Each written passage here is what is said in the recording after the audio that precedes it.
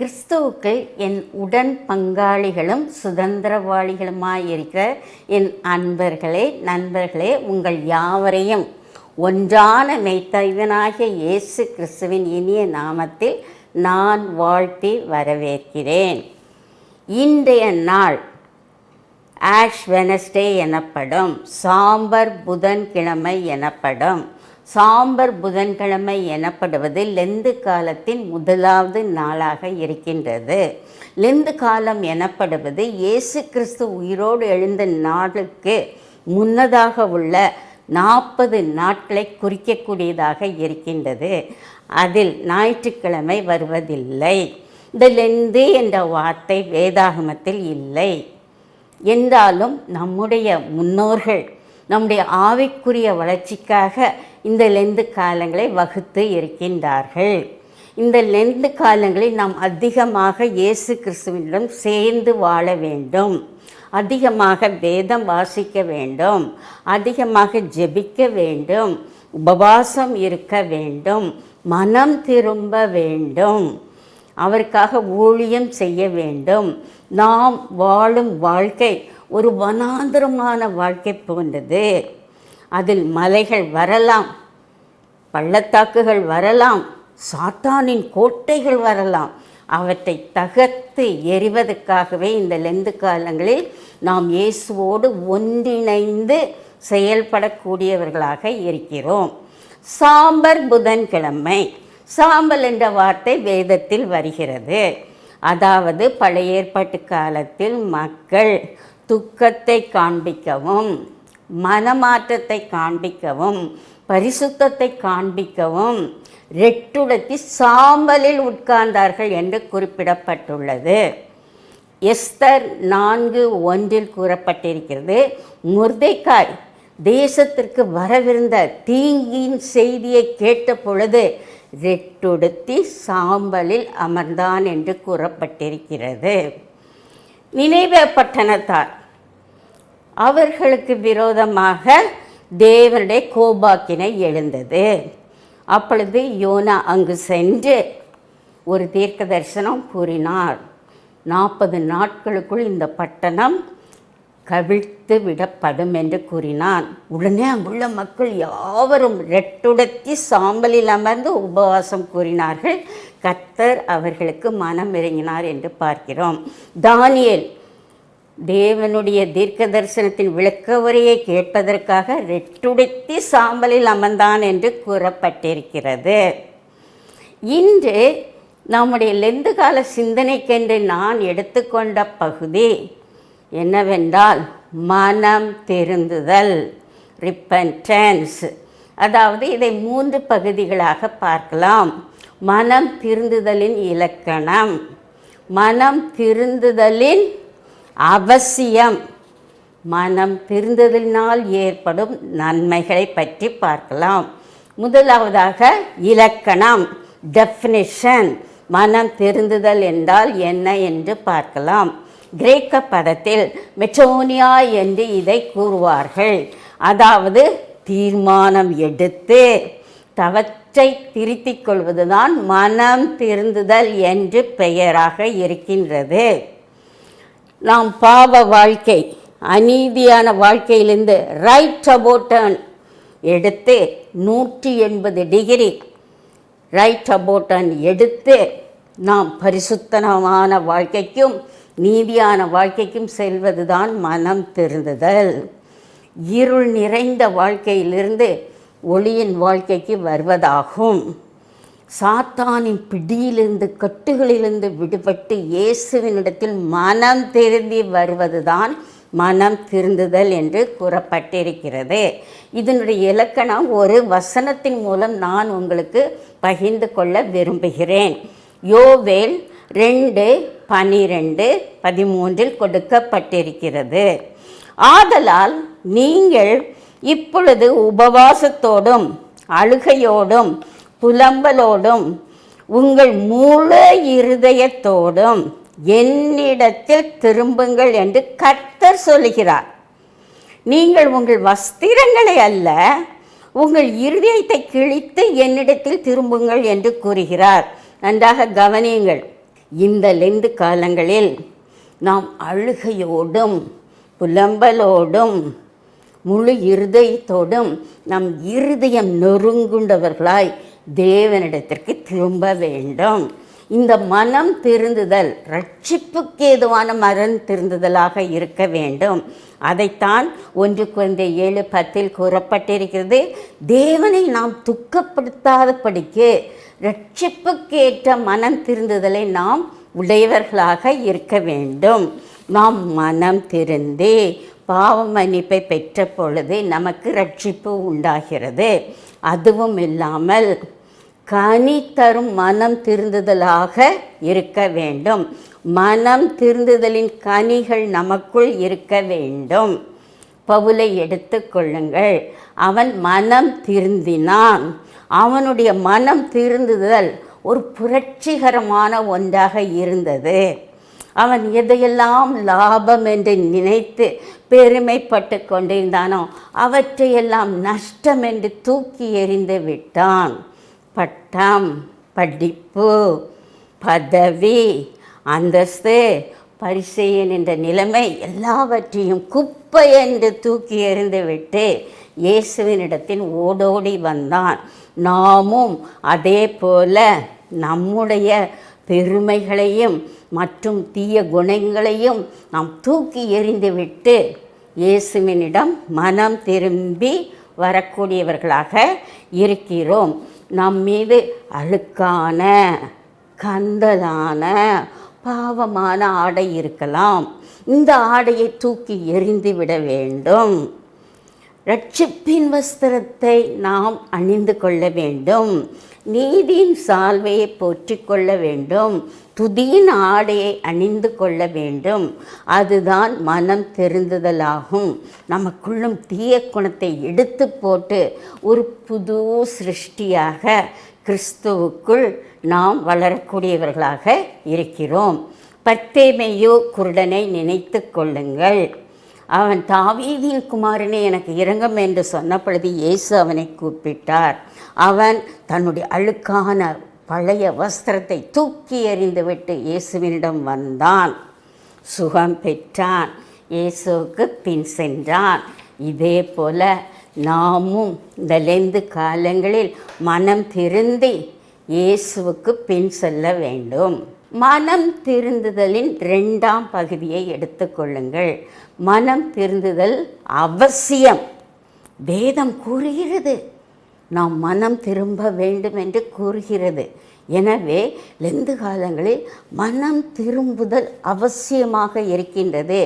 ஏனென்றால் இது ஒரு தேவ கட்டளை. இந்த கட்டளையைத்தான் இயேசு கிறிஸ்து கூறுகிறார். லூக்கா 24:47 வசனத்தில் கூறுகிறார். அன்றியும் மனம் திரும்புதலும் பாவ மன்னிப்பும் எருசலேம் தொடங்கி சகல தேசத்தாருக்கும் அவருடைய நாமத்திலே பிரசங்கிக்கப்படவும் வேண்டியது. It's a command. கமாண்டாக கொடுக்குறாரு. மனம் திரும்ப வேண்டும். எருசலேமிலிருந்து அநேக தேச மக்கள் இயேசுவின் நாமத்தினாலே பாவம் மன்னிப்பை பெற்று மனம் திரும்ப வேண்டும் என்று ஒரு கட்டளையை கொடுத்திருக்கிறார். எனவே இந்த கட்டளைக்கு நாம் கீழ்ப்படியக்கூடியவர்களாக இருக்கிறோம். வேதத்தில் அநேக தேவ மனிதர்களின் பிரசங்கங்களை நாம் வாசிக்கிறோம். அந்த பிரசங்கங்களில் முதன்மையாக இருப்பது மனம் திருந்துதல், டாக்ட்ரின் ஆஃப் ரிப்பன்டன்ஸ். இயேசு கிறிஸ்து உலகத்தில் வந்த காலகட்டத்தில் முதல் அவர் பிரசங்கித்த பிரசங்கம் என்னவென்றால், மனம் திரும்புங்கள், பரலோக ராஜ்யம் சமீபமாய் இருக்கிறது என்று கூறினார். அதே போல யோவான் ஸ்நானகனை எடுத்துக்கொள்ளுங்கள். அவன் மனம் திருந்துதலை பற்றியும் ஞான ஸ்நானம் பெறுவதை பற்றியும் அதிகமாக பிரசங்கித்தான். அங்குள்ள பரிசேயர்களை பார்த்து, விரியன் பாம்பு குட்டிகளே, வருங்கோபத்துக்கு தப்பித்து கொள்ள உங்களுக்கு வழிகாட்டினவன் யார்? மரத்தின் அருகே கோடாரி வைக்கப்பட்டிருக்கிறது. எனவே நீங்கள் அழியும் முன் மனம் திருந்தே ஞான ஸ்நானம் பெறுங்கள் என்று யோவான் ஸ்நானகன் கூறினான். இயேசு கிறிஸ்து 12 சீஷர்களை தெரிந்தெடுத்தார். அவர்களை ஊழியம் செய்யும்படி கிராமங்களுக்கு அனுப்பினார்.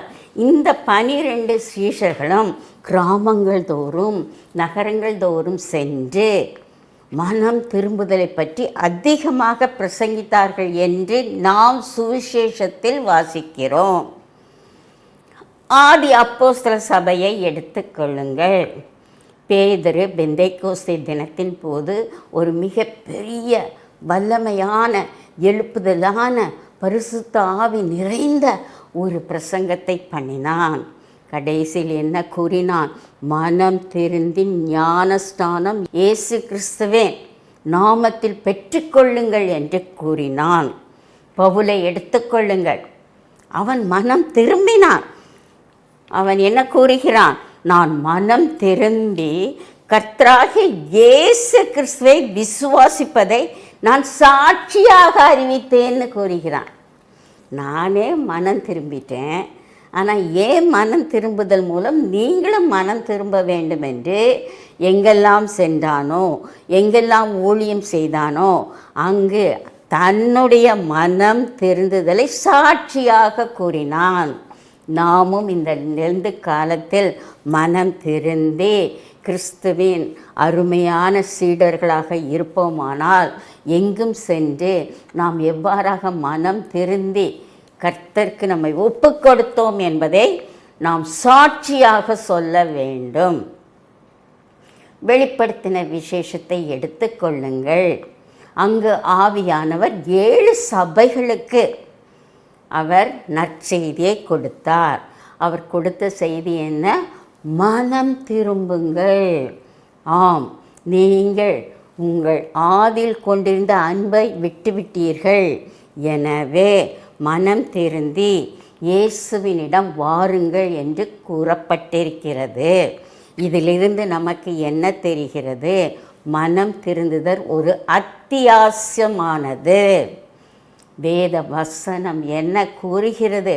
ஒருவன் மனம் திருந்தும் போது அவன் பாவக்கிரியை விட்டு விலகி வந்து விடுகிறான்.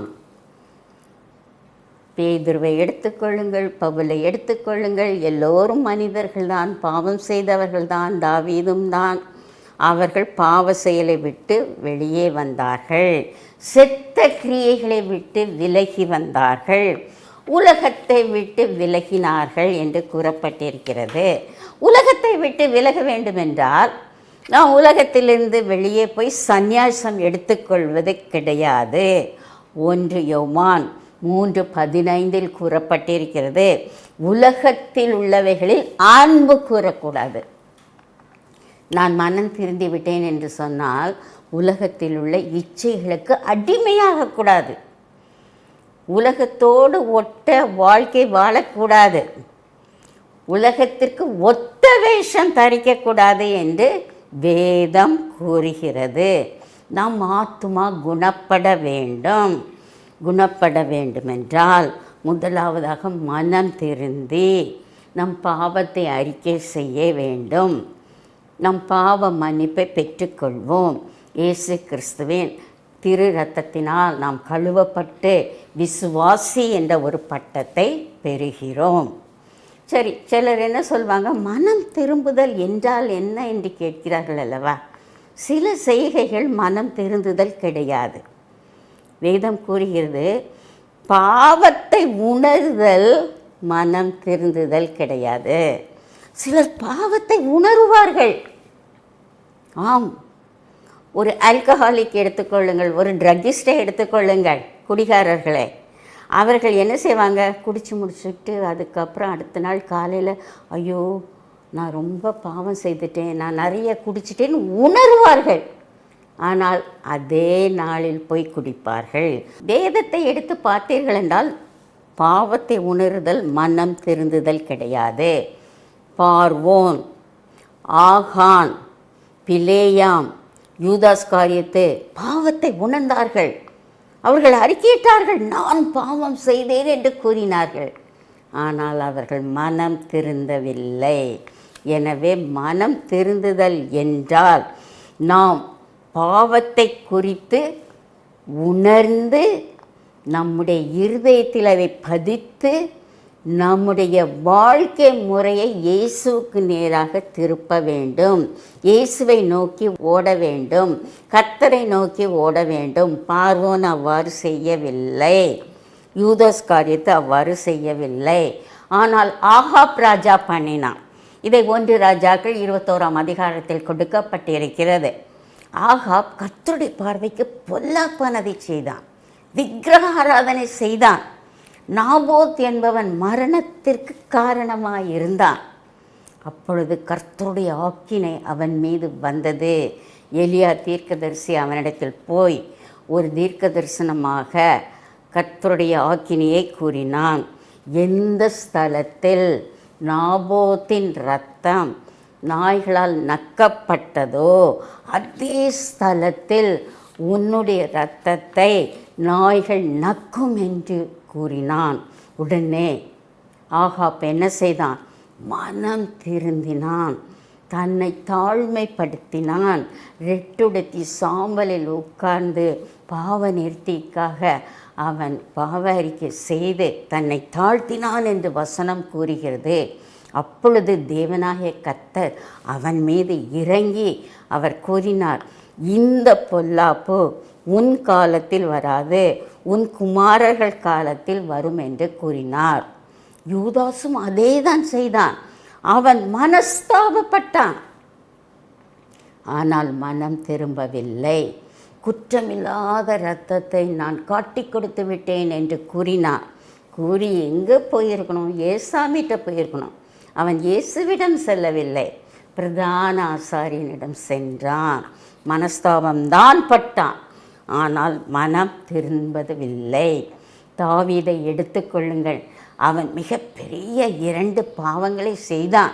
பத்சேபாள் விஷயத்தில் அடல்ட்ரி அண்ட் மர்டர். அப்பொழுது அவனுக்கு தேவ கோபாக்கினை வந்தது. அப்பொழுது அவன் மனம் திரும்பினான்.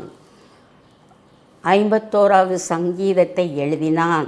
அதில் என்ன கூறினான்? ஆண்டவரே, என்னை ஈசோப்பினால் சுத்திகரியும், அப்பொழுது நான் குணமாவேன். என்னை கழுவியருளும், அப்பொழுது நான் உறைந்த மழையிலும் வெண்மையாவேன் என்று மிகவும் மனம் நொறுங்கி அவன் கர்த்தரிடத்தில் மன்னிப்பை கேட்டான். 51வது சங்கீதத்தை இந்த லெந்து காலங்களில் நாம் வாசித்து கொண்டே இருக்க வேண்டும். அது மனம் திருந்துதலுக்கு ஏற்ற ஒரு சங்கீதமாக இருக்கின்றது. பேதுரு உண்மையாக மனம் திருந்தி அழுதான், பெரிய அப்போஸ்தலனாக மாறினான். பவுல் அவருடைய சித்தத்திற்கு ஒப்பு கொடுத்து மனம் திரும்பினான், மிகப்பெரிய அப்போஸ்தலனாக மாற்றப்பட்டான். அமெரிக்காவில் ஒரு வாக்கெடுப்பு ஒன்றை நடத்தினார்களாம். அதாவது மக்களிடம் சென்று நீங்கள் எதற்கு பயப்படுகிறீர்கள் என்று கூறினார்களாம். அந்த வாக்கெடுப்பில் அநேகர் என்ன கூறினாங்களாம்? எங்களுக்கு எய்ட்ஸ் வந்து விடுமோ என்று பயப்படுகிறோம் என்று கூறினார்களாம். சிலர் கூறினார்களாம், எங்களுக்கு கேன்சர் வந்து விடுமோ, எங்களுக்கு கொள்ளை நோய் வந்து விடுமோ என்று கூறினார்களாம். சிலர் கூறினார்களாம், பேய் பிசாசு சாத்தான் மீது எங்களுக்கு பயம் என்று கூறினார்களாம். ஆனால் ஒருவர் கூட பாவத்திற்கு நாங்கள் பயப்படுகிறோம் என்று சொல்லவில்லையாம், கர்த்தருக்கு நாங்கள் பயப்படுகிறோம் என்று சொல்லவில்லையாம். இந்த லெந்து காலங்களில் நாம் 2 விஷயங்களுக்கு பயப்பட வேண்டும். கர்த்தருக்கு பயப்பட வேண்டும், பாவத்திற்கு பயப்பட வேண்டும். 3வது பகுதி என்ன கூறுகிறது என்றால், நாம் மனம் திரும்பி இயேசுவிடம் வரும் பொழுது நமக்கு அரிய பெரிய நன்மைகள் கிடைக்க பெற்றவர்களாக இருக்க வேண்டும். இந்த லெந்து காலத்தில் பாவத்தை வெறுத்து விட வேண்டும், பாவத்தை துறந்து விட வேண்டும், பாவ மன்னிப்பை பெற்றுக்கொள்ள வேண்டும். அப்பொழுது நமக்கு சேமம் கிடைக்கும், நன்மை கிடைக்கும். ஆம், இதைத்தான் ஒரு வசனம் கூறுகிறது. அந்த வசனத்தை நான் வாசிக்கிறேன். நமக்கு தெரிந்த வசனம் 2 நாளாகமம் 7:14. என் நாமம் தரிக்கப்பட்ட என் ஜனங்கள் தங்களை தாழ்த்தி ஜெபம் பண்ணி என் முகத்தை தேடி தங்கள் பொல்லாத வழிகளை விட்டு திரும்பினால் பரலோகத்தில் இருக்கிற நான் கேட்டு அவர்கள் பாவத்தை மன்னித்து அவர்கள் தேசத்திற்கு க்ஷேமத்தை கொடுப்பேன். நன்றாக கவனியுங்கள். நம்ம 4 ஸ்டெப் எடுத்து வைக்கணும். அப்போ தான் ஏசாமி 3 ஸ்டெப் எடுத்து வைப்பார். நம்ம என்ன 4 ஸ்டெப் வைக்கணும்? முதல்ல நம்ம தாழ்த்தணும், அடுத்ததாக நாம் ஜெபம் பண்ண வேண்டும், அவருடைய முகத்தை தேட வேண்டும், பொல்லாத வழிகளை விட்டு விட்டு இயேசுவுக்கு நேராக நடக்க வேண்டும். அப்போ ஏசாமி என்ன செய்வாராம்? நம்முடைய பிரார்த்தனையை கேட்பாராம், நம் பாவத்தை மன்னிப்பாராம், தேசத்திற்கு க்ஷேமத்தை கொடுப்பேன். க்ஷேமம் என்றால் ஒரு டிரான்ஸ்லேஷனில் கொடுக்கப்பட்டிருக்கிறது ஆரோக்கியம் கொடுப்பேன் அல்லது நன்மைகளை கொடுப்பேன் என்று கூறப்பட்டிருக்கிறது. ஆம், எரேமியாவில் என்ன கூறப்பட்டிருக்கிறது? நாம் நம் தேவனுக்கு முன்பாக மனம் திருந்தி செல்லும் பொழுது நாம் சீர்படுத்தப்படுவோம். நமக்கு பாவம் இல்லை என்றால் நம்மை நாமே வஞ்சிக்கிறவர்களாக இருப்போம். சத்தியம் நமக்குள் இருக்காது. நாம் பாவத்தை அறிக்கையிட்டால், பாவத்தை மன்னித்து எல்லா அநியாயத்தையும் நீக்கி நம்மை சுத்திகரிப்பதற்கு அவர் உண்மையும் நீதியும் உள்ளவராய் இருக்கிறார். லெந்து காலங்களில் வருவோம், வந்து பாவ மன்னிப்பை பெற்றுக்கொள்வோம். அப்பொழுது நமக்கு மிகுதியான மன்னிப்பு கிடைக்கும், கிருபை கிடைக்கும், ஆசீர்வாதம் கிடைக்கும். நாம் மேன்மையிலும் மேன்மை அடைந்து கொண்டே போவோம். ஆவிக்குரிய வாழ்க்கையில் வெற்றி அடைந்து கொண்டே செல்வோம். ஆம், இந்த காலங்களில் பாவத்தை பார்த்து அதை வெறுக்க வேண்டும், வெட்கப்படணும். ஐயோ, நான் பொய் சொல்ல போகிறேன்னா எனக்கு வெட்கமாக இருக்குது, அப்படி வெட்கப்படணும். நான் திருட போகிறேன்னா, oh it is a dirty sin அப்படின்னு சொல்லிட்டு வெட்கப்படணும், வெறுப்படைய வேண்டும். நாம் அந்த பாவத்தை விட்டு யோசிப்பை போல விலகி ஓடக்கூடியவர்களாக இருக்கிறோம். மிக அருமையான ஒரு வசனம் கூறுகிறது ஏசாயா 55:7. துன்மார்க்கன் தன் வழியையும் அக்கிரமக்காரன் தன் நினைவுகளையும் விட்டு திரும்ப கடவன் ரைட் அபவுட் அண்ட் 180 டிகிரி திரும்ப கடவன். அப்பொழுது அவன் மீது அவர் மனதுருகுவார். தேவனிடத்திற்கே திரும்ப கடவன், அவர் மன்னிக்கிறதற்கு தயப்பெருத்துகிறார் என்று அந்த வசனம் கூறுகிறது. திரும்ப கடவன். ஆம், யோபுவில் கொடுக்கப்பட்டிருக்கிறது. நாம் தேவனிடத்தில் திரும்பி வந்தால் அவர் அக்கிரமத்தை நமது வீடுகளிலிருந்து அவர் தள்ளி போடுவார். எனவே இயேசுவின் அன்பின் அழைப்பு இப்பொழுது நமக்கு வருகிறது. இப்பொழுது இந்த நேரம் நம்முடைய நேரம், இந்த நாள் நம்முடைய நாள். இது ரட்சிப்பின் நாள், அனுகிரகத்தின் நாள், இது பாவ மன்னிப்பின் நாள், இது மனம் திரும்புதலின் நாள். காயினைப் போல தேவனோடு வாதாடக்கூடாது, பார்வோனைப் போல இருதயத்தை கடினப்படுத்தக்கூடாது. நெகேமியாவை போல சொல்ல வேண்டும், நானும் என் வீட்டாரும் கர்த்தருக்கு விரோதமாக பாவம் செய்தோன் என்று சொல்ல வேண்டும். மீகாவை போய் சொல்ல வேண்டும், நான் கர்த்தருக்கு விரோதமாக பாவம் செய்தேன் என்று சொல்ல வேண்டும். கெட்ட குமாரனை போல சொல்ல வேண்டும், ஆண்டவரே உமக்கு விரோதமாகவும் பரத்துக்கு விரோதமாகவும் பாவம் செய்தேன் என்று கூற வேண்டும். இதுதான் லெந்து கால செய்தியாக இருக்கின்றது. நினைவில் வைத்து கொள்ளுங்கள். இந்த லெந்து காலத்தில் நாம் மனம் திரும்ப வேண்டும். அது ஒரு அவசியமான கட்டளையாக நமக்கு கொடுக்கப்பட்டிருக்கிறது. அதன் மூலம் நாம் பல ஆசீர்வாதங்களை பெற்றுக்கொள்கிறோம். வசனத்தின் மூலம், ஜெபத்தின் மூலம், பரிசுத்த ஆவியின் மூலம் நாம் மென்மேலும் வளர்ந்து வெற்றி வாழ்க்கையை வாழக்கூடியவர்களாக இருக்கிறோம். கர்த்தர் இந்த வசனங்களை ஆசீர்வதிப்பாராக. கிறிஸ்துவுக்கள் அன்பானவர்களை நாம் இப்பொழுது ஜெபிப்போமா? எங்கள் இரக்கமும் மகா கிருபை நிறைந்த எங்கள் தகப்பனே, நாங்கள் இப்பொழுது நொறுங்குண்ட இருதயத்துடன் உம்மிடத்தில் வருகிறோம் கர்த்தாவே. ஆம் கர்த்தாவே, நாங்கள் உம்முடைய கிருபாசன தண்டையில் தைரியமாக வருகிறோம். நாங்கள் பாவிகள் தான் என்றாலும் நீர் எங்கள் மீது அன்பை சொரிந்து எங்களுக்காகவே நீர் சிலுவையில் மரித்து உயிரோடு எழுந்து எங்களுக்கு ஒரு நல்ல ரட்சிப்பை சம்பாதித்து கொடுத்திருக்கிறீர் கர்த்தாவே. இந்த லெந்து காலங்களில் நாங்கள் அதிகமாக 2 மணி நேரம் ஒரு நாளைக்கு வேதம் வாசிக்க கடமைப்பட்டவர்களாக இருக்கிறோம். அதிகமாக 1 மணி நேரம் ஜெபத்தில் தரிக்க கடமைப்பட்டவர்களாக இருக்கிறோம். அதிகமாக பரிசுத்தாவியில் நிரம்பி நாங்கள் உமக்கு ஊழியம் செய்ய கடமைப்பட்டவர்களாக இருக்கிறோம் கர்த்தாவே. எங்களை பலப்படுத்தும், உற்சாகப்படுத்தும். இந்த லெந்து காலங்களில் நீர் எங்களோடு கூட இருந்து எங்களை ஆற்றி தேற்றி வழிநடத்த வேண்டும் என்று எங்கள் கர்த்தரும் அருமை இரட்சகருமாகிய இயேசு கிறிஸ்துவின் இனிய நாமத்தில் வேண்டிக் கொள்கிறோம் கர்த்தாவே. ஆமென், ஆமென்.